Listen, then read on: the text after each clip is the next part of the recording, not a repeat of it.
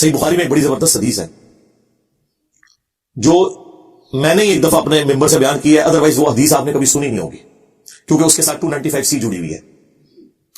صحیح بخاری میں ایک چیپٹر ہے کتاب الاعتصام بالکتاب والسنہ، قرآن و سنت کو مضبوطی سے پکڑنا۔ اس چیپٹر میں امام بخاری ایک حدیث لے کے آئے ہیں کہ جب حضرت ابوبکر کی بیعت کی گئی نا تو دوسرے دن حضرت ابوبکر صدیق رضی اللہ تعالیٰ عنہ آڈینس سے خطاب کرنے کے لیے مسجد نبوی میں آئے، تو ان کے خطاب کرنے سے پہلے حضرت عمر ممبر پہ چڑھے، جس طرح آج کل بھی اسٹیج سیکٹری کے طور پہ، اور کمال کا خطبہ دیا۔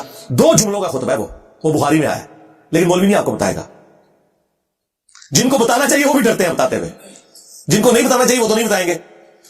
حضرت عمر کے الفاظ ہیں کہ دیکھو، یعنی حضور کے غم کی وجہ سے لوگ دکھی تھے، یعنی جس شخصیت کو آپ اپنے ماں باپ اولاد سب سے بڑھ کر عزیز سمجھتے ہیں اور وہ دنیا سے چلی جائے تو صحابہ کرام کی تکلیف کا اندازہ کون کر سکتا ہے۔ تو سیدنا عمر نے کہا کہ دیکھو، اللہ نے اپنے نبی کے لیے وہ پسند کیا جو اللہ کے پاس تھا، وہ اس سے بہتر تھا جو دنیا میں۔ وَلَلْآخِرَةُ خَيْرٌ لَكَ مِنَ الْأُولَىٰ، اے نبی تمہارا ہر آنے والا لمحہ گزرے ہوئے سے بہتر ہوگا۔ کیوں؟ وَرَفَعْنَا لَكَ ذِكْرَكَ، ہم نے آپ کے لیے آپ کا ذکر بلند کر دیا۔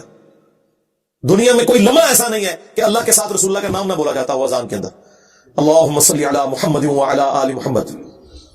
تو حضرت عمر کے الفاظ ہیں کہ اللہ تعالیٰ نے وہ پسند کیا جو تمہارے نبی کے لیے بہتر تھا، لیکن اللہ نے تمہارے لیے تمہارے نبی کے جانے کے بعد وہ کتاب چھوڑ دی ہے جس کتاب کے ذریعے اس نے اپنے نبی کو ہدایت دی تھی۔ اب یہ بڑا خطرناک جملہ تھا، خطرناک جملہ تھا، خطرناک سے بھی اگلا ورژن۔ تم بھی اس کتاب کو پکڑو گے تو ہدایت پہ قائم رہو گے۔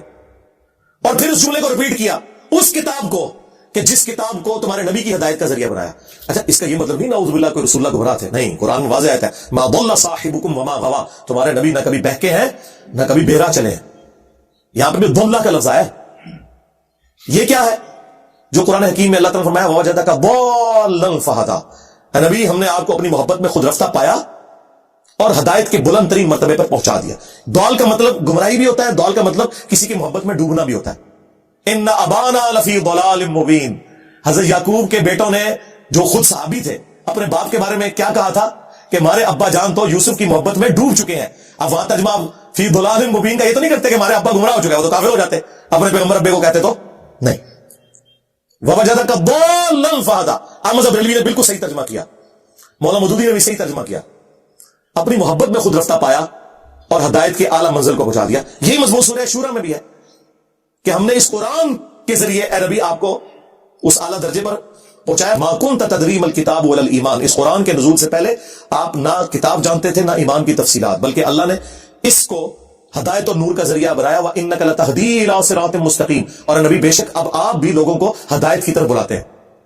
تو نبی علیہ السلام وہ بتا رہے تھے خطبہ کیوں نہیں لوگ بیان کرتے تھے، اس میں جو حضرت عمر کا جملہ ہے نا کہ اللہ نے اس کتاب کے ذریعے تمہارے نبی کو ہدایت دی، تو اب اس لیے لوگ ڈرتے تھے یار یہ تو کہیں گے نبی کو گمراہ مان رہے، بھائی تم ایکسپلین کرو، ہم نے بھی کر دیا۔ یہ کبھی بھی خطبہ بیان نہیں ہوا، اور یہ خطبہ صحیح بخاری میں لکھا ہوا ہے۔ حضرت عمر فاروق رضی اللہ تعالیٰ عنہ نے حضرت ابوبکر کی خلافت اسٹیبلش ہونے کے دوسرے دن خطبہ دیا، کمال کا خطبہ ہے۔ اور قرآن اتنا اسٹرانگ ہے اس حوالے سے کہ بخاری مسلم میں جو حدیث شفاعت ہے جو نبی علیہ السلام ہماری شفاعت کریں گے انشاءاللہ، اس کے اینڈ پہ آتا ہے کہ نبی علیہ السلام کہتے ہیں جب میں آخری دفعہ جہنم کی طرف جاؤں گا تو داروغہ جہنم مالک علیہ السلام مجھ سے کہیں گے یا رسول اللہ اب آپ کا کوئی امتی بھی دوزخ میں باقی نہیں ہے سوائے اس کے جسے قرآن نے جنت میں جانے سے روک رکھا ہے۔ قرآن جب روک لے گا نا تو کوئی نہیں بچا سکتا۔ یہ ویسے شعر ہے، خدا کا پکڑا چھڑائے محمد، محمد کا پکڑا چھڑا کوئی نہیں سکتا۔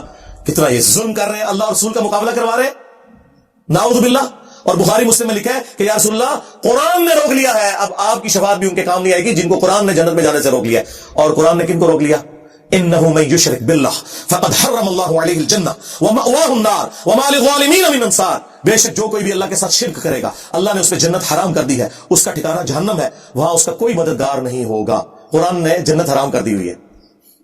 حتیٰ کہ بخاری اور مسلم دونوں میں حدیث ہے اللہ نے ہر نبی کو ایک مقبول دعا دی تھی جو اس نے دنیا ہی میں کر لی، لیکن میں نے اپنی دعا چھپا کے رکھی ہے قیامت کے دن کے لیے، اور میری اس دعا سے میرے ہر امتی کو نفع پہنچے گا سوائے اس شخص کے کہ جس نے دنیا میں اللہ کے ساتھ کسی قسم کا شرک کیا۔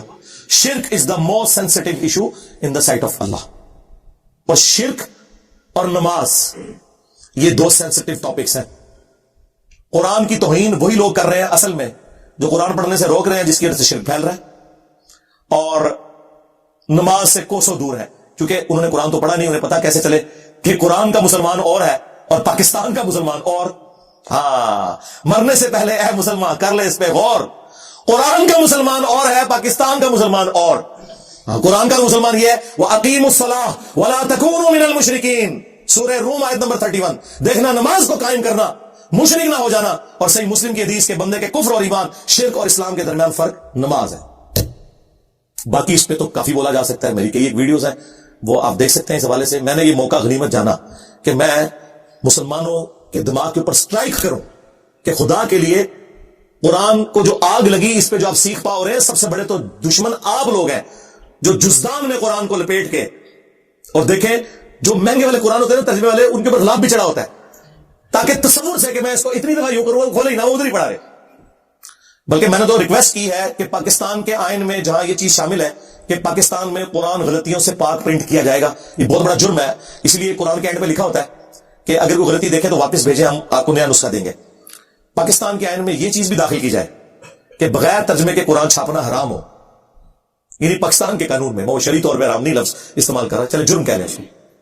بھئی پاکستان میں کیا تک بنتا ہے جہاں 99.99% لوگ عربی نہیں جانتے، وہاں عربی والے قرآن صرف پرنٹ کرنا، کتنا بڑا ظلم ہے۔ مولانا مودودی رحمہ اللہ کا ترجمہ پرنٹ کیا ہے ترجمان القرآن والوں نے، بڑا زبردست ہے۔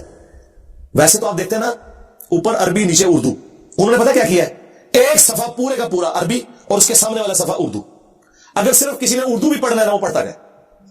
اچھا لوگوں کو یہ فکر پڑ جاتی ہے یار اردو والا پڑھیں گے تو ثواب نہیں ہوگا کیونکہ 10 نیکیاں نہیں ملیں گے۔ سرکار تہاڈا ایک اردو دا صفحہ تہاڈی آنے والی نسلوں میں اور گزرے ہوئے بزرگوں کے ہزاروں قرآن پڑھنے سے بہتر ہے، جو آپ کو کم از کم شرک سے بچا کے توحید کے اوپر لے آئے گا۔ دیکھیں نا، اگر توحید ہی نہ ملی تو قرآن ختم کرنے کا کیا فائدہ ہوا؟ جو قرآن ختم کر کے بھی تو پھر دعا کہنا جی یا رسول اللہ انظر حالنا، یا شیخ عبد القادر جیلانی شیئن للہ، قرآن کے لیے پڑھ کے دعا ہو رہی ہے اور یہ نہیں کر رہا ہے، تو کیا کر رہا ہے تو قرآن چو؟ تو خدا کے لیے قرآن ترجمے والا گھر میں بھی کم از کم آپ لوگ تو کریں نا جی، سارے مسلمان اپنے گھروں میں وہ ترجمہ رکھیں جو زبان آپ سمجھتے ہیں، اس کے بغیر آپ صرف عربی والا قرآن نہ رکھیں۔ اور آج تو ماشاءاللہ جتنی میجر لینگویجز ہیں ان کے اندر قرآن پرنٹ ہو چکے ہیں۔